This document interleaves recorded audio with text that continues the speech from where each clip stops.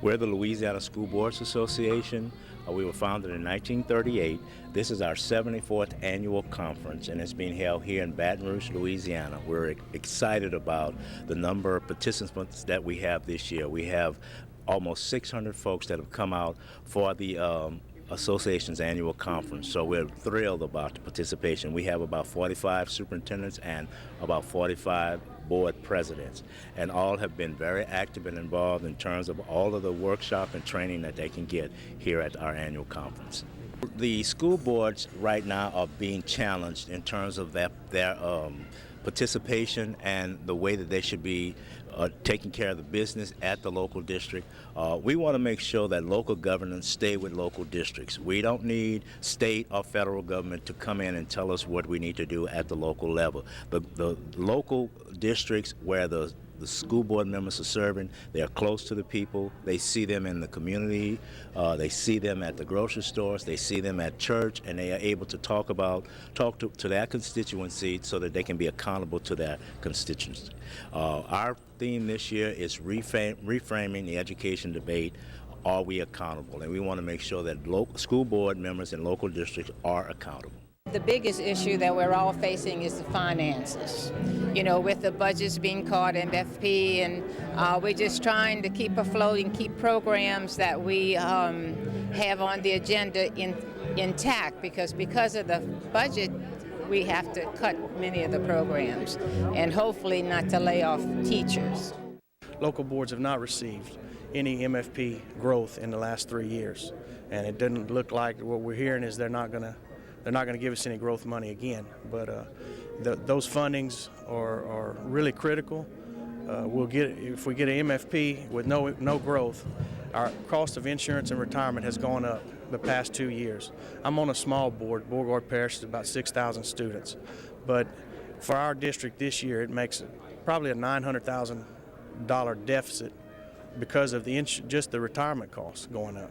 So those things are really critical to what we do every day. In Louisiana, there's a lot of budget cuts, so a lot of things going to happen this year at the legislature that I feel we're going to have to take issues with, because we can't afford to cut our children's education. Because of the economy, less sales taxes, revenues that way, a lot of school systems are really in dire straits right now. And so without state help or federal help, it's going to be very difficult for school systems to provide the services that they've been providing all these years to their students. I mean, we're all about student achievement and trying to get the best that we can out of each student, and you have to do that with quality programs and quality people. And that means, good staff development. It takes resources. I mean, it's just like raising your family.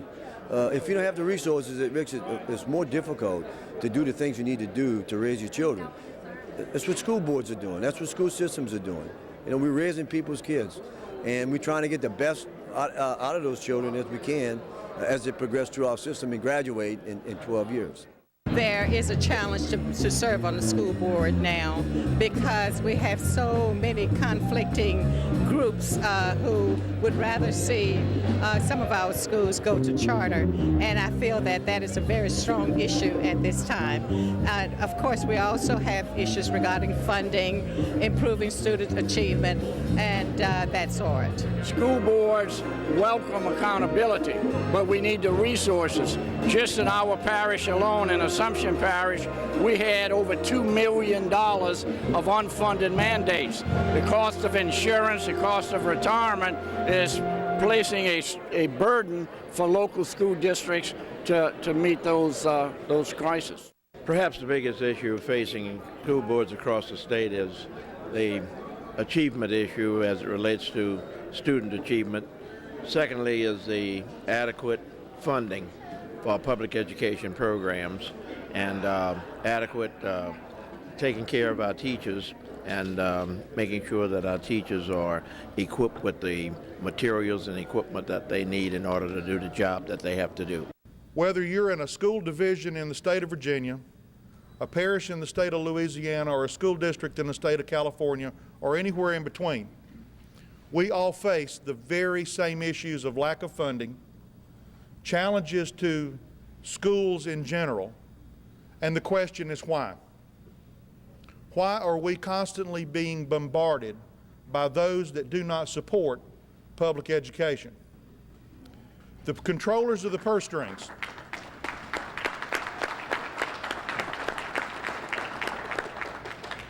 The controllers of the purse strings in any state and in any district in this country are showing a growing lack of respect for public education. And these people, in most cases, are products of the very system that they're trying to turn down today. A positive school system, a productive and successful school system, is a great indicator of economic development in our communities. And when the community grows financially, the schools are successful. There's no I can leap tall buildings with a single bound. Rather, it must be ordinary men and women doing extraordinary things for our children. I ask this question: do you know a real school hero? And your response should be, yes, me. Ladies and gentlemen, we need to keep the main thing, and that is student achievement and putting kids first in all the decisions that we do as locally elected school board members. I realize that times are hard, but if we have to beat the halls of state capitals and the halls of Washington, D.C. to get the folks that we elect who are supposed to represent our interests to do the right thing, then that's what we need to do.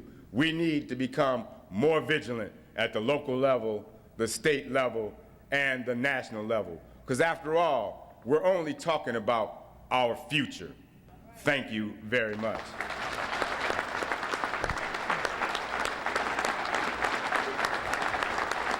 Thank you.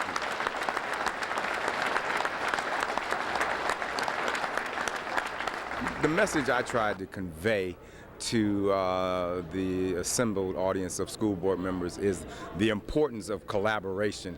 I themed it, teamwork, dream work, together we can, and trying to emphasize the importance of what we do as policymakers, how that impacts student achievement and how that impacts the children that we serve. What's the condition of public education now, and what direction do you feel it needs to go? The current direction of public education is we're in a crisis mode. But anytime there's a crisis, there's an opportunity for and a challenge for a change.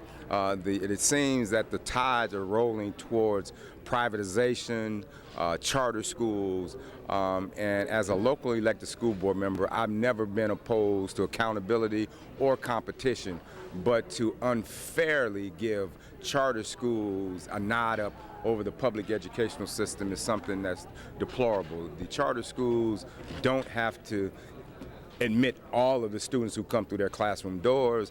They can have entrance criteria, whereas the traditional public schools, our mission is to educate everybody who comes through the doors, whatever situation they bring to our classroom. We have to deal with that, and charter schools don't have to deal with that. Charter schools don't have to have certified and qualified teachers. Charter schools don't have to take certain standardized state testing. And if the playing field was level, I have no problem with charter schools, but as long as they're getting preferential treatment, that's a concern. The National School Boards Association is a federation of 50 state associations that represent the 95,000 school board members across the country. So through school board leadership, we are about equity and excellence in public education. And we believe that school boards are the primary reason that we can connect communities and the public to the children and their needs. What are some of the issues being debated in Congress that affect local school boards throughout the country? Well, Congress is taking up right now the budget for 2011 and soon 2012. And that's a terribly important federal investment in our children. Unfortunately, we have a very diametrically opposed set of opinions about the funding in education. We have a new Republican Congress that is trying to cut $61 billion from the overall budget. That includes about 16% of the federal support of public education. It means 70 programs might be cut. It is a diminution of Title I funding, which is that funding that goes to the poorest of our kids. It would decrease special education funding, which goes to those kids with special needs. So we have two very diametrically opposed opinions in Congress right now, and we will have to be fighting for every dollar we get. What is the outlook as it stands now? Well, as you probably know, we've got now a House and a Senate who's voted a 2-week extension, giving us hopefully more time to come to some agreement, because I think most people agree that we need to curtail spending. But the extent to which we can save public education is our message. What would you like people to keep in mind when today's conference is over? What I hope today's conference and yesterday's workshops say to Louisiana School Board members is, I can do this, but I've got to pay a lot of attention to the decisions I am making to make sure that students' interests are first and foremost, that we need to look at good instruction in our schools, that we need to look at integrating technology so that we're teaching 21st century learning, and however hard that is, we need to make sure that students are the reason we make a decision, not the adult needs. Are you encouraged and excited about what you've seen here today? I think Louisiana has got a lot of energy, a lot of spice, and a lot of passion about students in our schools. And these board members are so dedicated. I looked at the number of people walking across the stage who had taken their training seriously, who have come here to learn, who are trying to put together the best decision-making possible for the children in the state of Louisiana. Public education is not failing. The public education, our country was built on the back of public education, and we just need to support as opposed to divide the resources. And charter schools and those districts that are receiving additional money, it's not being fair when those resources are being pulled from the local school district. So hopefully there can be collaboration, there can be a commitment to support public education. We are succeeding, we need improvement, but at the same time, if we had that collaboration to bring those resources together, we can accomplish the goals. When this conference is over, I'd like for people in this state to understand that public education has been the backbone of this nation. It has been the backbone upon which this nation has been built, and public education serves all of the people in this state and in this nation. I want people to think that, public schools educate probably 95% of the students in Louisiana, and even across the nation. That public education is a great place. We do a great job with kids. We do have our problems, but we have problems in society, and public education is there to solve those problems. And I think people need to be more supportive of schools and school systems and school board members who are on the line every day, making a difference in children's lives. Accountability is something that we are strong. LSBA and my local school board, we push accountability because the only way that every child can succeed is that every child get a good education. So we want to make sure that accountability stands and that we're doing the things we need to do to make sure these children get educated. Public education is not failing. We do need improvement. We know that, but we need to advance public education and talk about it. We just don't talk about it enough. We don't talk about the good things that we do. Everybody seems to be focusing on the negatives, and that's okay, but I think we need to be more positive about public education. We need there's some letter grade changes on our school performance scores that we have this year. Everybody was used to a number. Well, the legislator said that letter grades would be better. So now, according to this new grading scale, we're going to have, they will grade you from A to failing would be F. But most of the schools, according to the grading scale, the way it's been applied to the letter grade, that most schools in Louisiana would be C or under. Very few graded A's or B's. And that's kind of it's not really the twist. It's a twist that I don't believe should be there. If you have a school, they've even gone farther to say if you got a minus or a plus, A minus, A plus. So if you had a school that's a 98 and you go down to 97 the next year, you're A minus. So if you got a school that's a 95 and goes up to 96, A plus. So you're looking at, some things that I believe the idea might have been good, but the perception in the public's mind is going to be, well, I'm an A plus or I'm an A minus, and actually your scores could be reversed. So you could have a higher score and have an A minus, So I think there's some things that need to be looked at when you do those type things.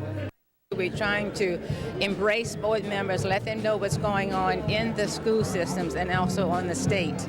And we just want to keep them current on the different issues, and hopefully that they'll step forth and again do what's best for public ed.